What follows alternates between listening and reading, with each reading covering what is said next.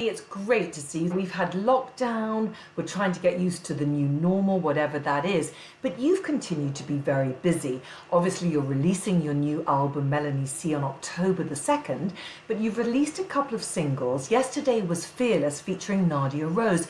Tell me about that. Oh my goodness, it was so wonderful to work with Nadia. I adore her. For people who aren't aware of her work, she's a British grime artist, super talented, has a great attitude, and I had a chance meeting with her after DJing at a party, and I really wanted to get in the studio and see what came of it. And we spent some time together talking about what we wanted to create, and both being women in the industry, we thought it was interesting how we've had to overcome so many fears and be so brave to really try to achieve our dreams. And we wanted to be able to get that message across in a song. So Fearless was born. It's a beautiful song. It's quite laid back. The video is a bit Thelma and Louise. We're on this road trip. And it's just turned out beautifully. And we've had lovely comments from lots of people who are enjoying it so far. So it's one of the 4 videos I've made for this album. It's been interesting releasing music during lockdown, but it's really compelled me to create a lot of content to try to keep people entertained. So yeah, so this is the 4th single from the album, which is released in October. And also you'll be doing some special virtual concerts October 1st and 2nd as well. Yeah, that's probably the most difficult thing, I think, for any performer. You know, we're all missing being out there, connecting with people, being in a room together and sharing that experience. So we're trying to do the next best thing. So we've come up with an interesting concept. Visually, we want it to be very beautiful, a way of promoting and showcasing the new songs for everybody. Melanie, what have been some of the biggest challenges for you personally during this COVID time? Well, I think being a parent has been tough. Keeping people's spirits up. You know, I think for each of us, it's been challenging in many ways. And we've just tried to keep the kids motivated. I think at times it's been hard even to get them to go out and do that daily exercise, you know, that we could do when we were in the very tight lockdown. Keeping them motivated to do their schoolwork, you know, all that homeschooling. We've been talking about now my little girl's back at school. I am just so much more grateful for her teachers, what a wonderful job that they do. And I think for me, the pandemic, trying to draw positives, it is finding those things that maybe we've taken for granted in the past. You know, having our freedom, being able to travel, having our children at school, you know. So yeah, I think it's just being able to stay positive has been the hardest thing. How do you think that the pandemic will affect the music industry as a whole? This is, you know, so worrying for so many industries. And of course, being a performer, the live industry is hit so hard. Venues, crews, you know, people who work in those environments. And, you know, we need to keep supporting. And I think it's so important to support new artists and the venues and everybody that works in that industry. So, yeah, I think we'll all have such an appetite to go out and have fun and to be entertained when we can. Theatre being exactly the same. So, yeah, I just hope that we can all look forward to do that in the not too distant future. You talked before about working with Nadia Rose and overcoming a lot of the challenges that you both faced. You have been outspoken about what you suffered from depression, from an eating disorder, and yet everyone saw you as the most successful. You were at the Spice Girls at the time, global stardom. Life is, you know, it's tricky, isn't it? We all go on these journeys and we all have these obstacles that we have to overcome. And I'd grown up with this incredible desire to work in music and to travel the world and to perform. And I don't think I ever thought about the downside. And life is such, there's good and bad in everything. But nothing can prepare you for being thrust into the public eye in the way that we were. I did have my issues and problems at the time, and I think it's hard, you know, to hear people's opinions of you, to be criticised, the way that you look, the way that you dress, on your talent or lack of it, whatever it may be. And I think just navigating that as a young person for me was very difficult. I have recovered and healed from those times, and I spent a lot of time being regretful for the things that I'd been through. And more recently, I actually feel very proud. I feel proud that I live to tell a tale, you know, and that's why it's so important to me to be outspoken about mental health issues, about eating disorders, because I think it's so important to just get rid of any of the stigma, which is happening more now. But I think as a person who has suffered, there's a lot of shame, embarrassment. You don't want to feel like a burden. And I just want to reach out to people so they don't feel alone and know that there is help out there. So yeah, it's something I'm happy that I've been able to speak about. Do you think social media has an impact on the younger generation today? Because there seems to be a lot of body shaming and a lot of negative comments. I think culture is ever evolving, you know, and I speak to my little girl. She's 11 years old. She's all over TikTok. She wants Instagram. Of course, you know, that whole world is opening up to her, which is petrifying as a parent. But it is the world they're growing up in, so we have to help them navigate it in the safest way possible. There is so much pressure, but the aesthetic has changed. You know, I remember growing up in the 90s where what we, you know, in our culture, what the beautiful aesthetic was being very, very thin, you know, but now we see a lot more images of strong, you know, physiques. And so there's a positive thing there. But now, obviously, so many more people are having plastic surgery. Everybody's using filters and people are using Facetune on things like Instagram. We're bombarded constantly with these images that aren't real. So I think we just have to be aware, and we just have to realise that, yeah, our kids are growing up in a very different time to the ones that we did. Would you allow your daughter onto social media, do you think, Melanie? I think it's impossible to avoid it. You know, there's so much pressure. Their friends are on it, you know, everybody's doing it. And I think as a parent, it's hard, you know, because I work in an industry where I have to have an understanding of it.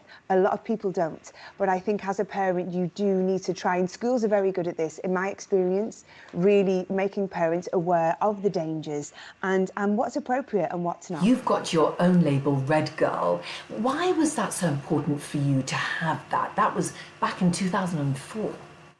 Yeah, gosh, it's a long time ago. I'd had such an incredible time. I worked with Virgin Records with the Spice Girls and on my first 2 solo albums. And when that relationship came to an end, I had options, and I could have tried to sign with another major, maybe an independent. And I had the opportunity to start a label and to self-finance. And it felt very exciting to me because it gave me the most control I'd ever had over my career. And yeah, it was just a challenge. And luckily it's gone okay, you know, there's been ups and downs with it.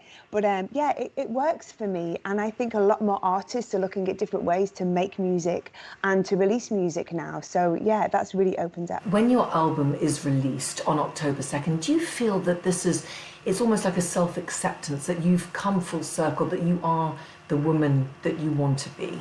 Do you know what? A lot of this album is really about that. I had an incredible time with the Spice Girls on stage last year, and that gave me an opportunity to really reflect on my time as a Spice Girl, who I am now, and everything in between. And I really wanted to express that through my music and through my work.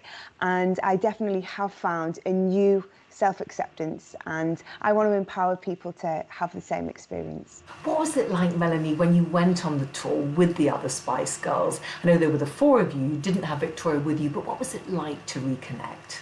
It was amazing. We always knew it was going to be fun, we were going to have a great time, but we never expected the level of love and support and energy night after night at those shows. It was incredible. And although sadly Victoria wasn't with us on stage, she was very much with us in spirit, and is very much still with us girls through everything. Was very on top of the creative. We wanted her to be very comfortable with everything. So we're still very much a 5-piece, even if Victoria's in the wings. For the moment. For the moment, there we go. For the 25th anniversary, Melanie, do you think you could persuade her? Or what about performing at Glastonbury, all 5 of you? We are working on it and working on her. You know what? We have, such a wonderful connection. We've had our ups and downs. We're like a family. We drive each other mad, but we care for each other so deeply that we are always talking about opportunities. And we're dreamers, we achieved this incredible thing and we never stop dreaming. What about, I think recently you went for a walk, the five of you. What was that like? And were you reminiscing about the heady days of the Spice Girls? We love a good old reminisce. And what's wonderful about getting together is we all remember different things. So we kind of piece together what happens, because I've forgotten so much. So it gives us an opportunity to have a good old laugh and really catch up. It was just as the lockdown rules had eased and we were all in the same place at the same time, which is quite rare. So we really just wanted to check in with each other. We made a rule. There was no business to be spoken about. We just wanted to have that time together. When you look back now, what advice would you give the young Melanie C, just starting out in the Spice Girls? Wow, I think I'd say just enjoy every minute and really try to be present. I think it's so hard because you're so busy and you're all over the place and sometimes you're in survival mode. But yeah, I would just say it's a wonderful life, so really appreciate it. And what's your message now for those that will be listening to the singles you've released and also to your album? What would you like them to take away from it? Oh, you know what I've learned over the years? I think so many of us are so cruel to ourselves. We speak to ourselves, we have this internal dialogue, and we'd never, ever dare speak to anybody in the way we speak to ourselves. And I have really tried to change that for myself, and it's such a discipline, but it truly changes your life if you can be kind to yourself, both in the way you treat yourself and the way you speak to yourself. So I just want to empower people to just be who they are and to feel like they are enough, because you are enough. And I think too many of us don't believe that. What do you say to your daughter when she sees you up on the stage with 80 to 100,000 people screaming your name? What does she think about it? I think she was a little bit overwhelmed when she saw me on stage with the Spice Girls, but it only took her about 4 shows in to get quite blasé about the whole thing. But yeah, I've always tried to introduce things as she's grown up, so it's felt quite normal to her. It's her normal that mum's a Spice Girl. Of course, it's completely and utterly bizarre, but she seems to be quite balanced. She's very proud of me on one hand and very embarrassed of me on the other, which I think is very normal and healthy for an 11-year-old girl. And did becoming a mum change you, Melanie? Becoming a mum changed me in more ways than I ever imagined. It made me, I think, a better person, a stronger person. It made me be better to myself. I think that was where the journey began, in me really appreciating my body and myself, my ability, and also the responsibility, becoming a teacher to this perfect, new human on the planet. So I recommend it to everybody. Melanie, the Spice Girls, of course, have always been about empowerment and also being very patriotic as well. And I'm thinking, of course, of the wonderful, the British flags that Jerry would wear. Do you have a feeling about Brexit, and do you feel still proud to be British? Oh, wow. That's a big old question. Of course, myself and the Spice Girls, we were very proud to fly the British flag around the world, and to be a girl band in the 90s to have that international acclaim was quite rare. So we were very, very proud to be able to do that. We're in very, very strange times. And personally for me, Brexit is so far down on the agenda right now for me.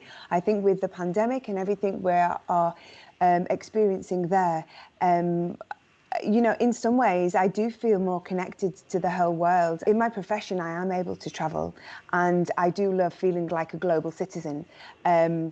So I just, I'm a believer in unity. So take from that what you will. And do you look forward to going back to performing live and having your audience in front of you? And do you think you'll be able to do that in 2021?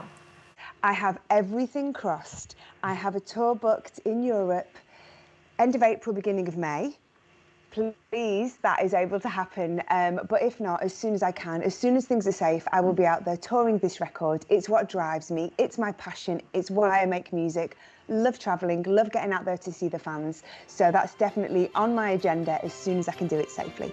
Melanie C, thank you so much and best of luck with the new album. Thank you so much. Lovely to speak to you.